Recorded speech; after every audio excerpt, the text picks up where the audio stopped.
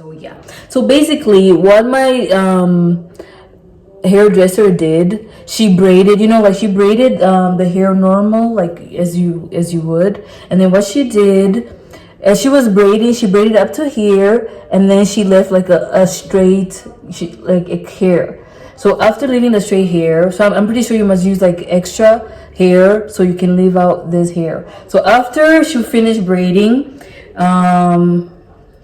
get your rods, perm rods, and you roll it around, you know.